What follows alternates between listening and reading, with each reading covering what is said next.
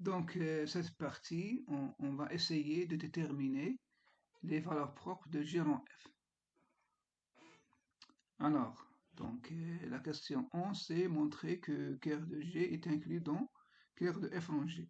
Donc, on va prendre un élément de le Ker de G, c'est-à-dire que G de U, de U égale à 0. On compose par F, puisque F il est linéaire, donc F de 0 c'est 0. Donc l'image de U par F rangé égale à 0, c'est-à-dire que U est un élément de F rangé. Donc on a bien Ker de G est inclus dans Ker de F rangé. La question 12, c'est montrer que F de E lambda est inclus dans F de lambda. Alors, on a déjà défini E lambda, c'est Ker de G rond F moins lambda I3, et F de lambda, c'est Ker de F rangé moins lambda I4.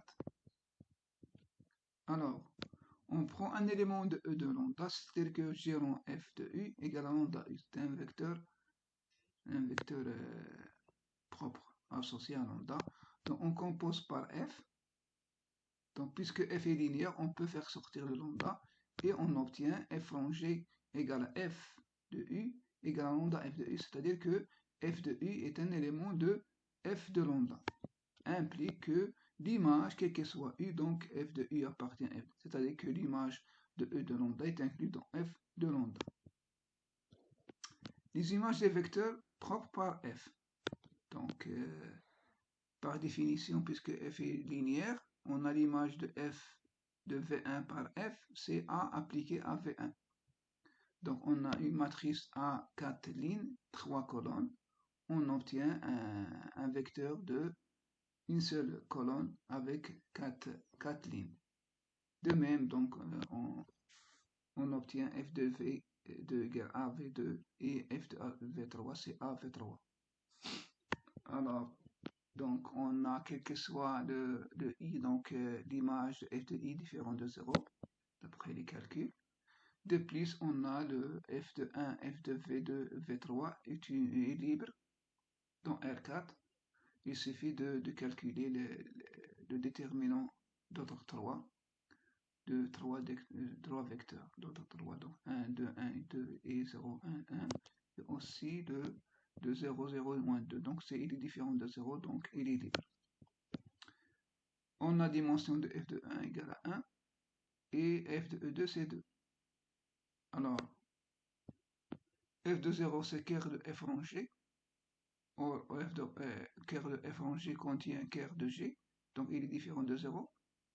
Ker de G différent de 0 par G non injectif. Cela implique que la dimension de f de 0 est supérieure à Ker de G est supérieure à 1. Passons à la question 14-13, c'est l'intersection des sommes directes. Alors, on va essayer de calculer ou de définir l'intersection de f1 et f2 égale à 0. Donc, on prend un élément x appartient à l'intersection, donc il appartient à f1 et à f2. Par définition de f1 et f2, c'est-à-dire que f rangé de u égale à u et f rangé de u égale à 2u. Donc, on a l'égalité. Donc, on a u égale à 2u, c'est u égale à 0. Donc, on a bien l'intersection réduite à 0. Par suite, la dimension de f1 plus f2 égale à la dimension de f1 plus dimension 2. De la même manière, on démontre que l'intersection de f0 avec la somme de f1 et f2 est 0. Et par suite, cet ensemble-là, c'est un sous-espace vectoriel de R4.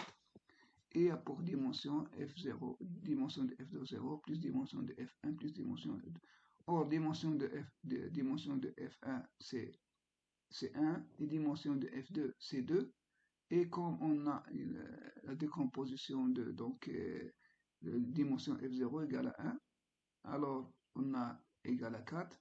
Donc ça est un sous-espace vectoriel de R4, dimension 4, donc est égal à R4. Alors, on aura une somme directe.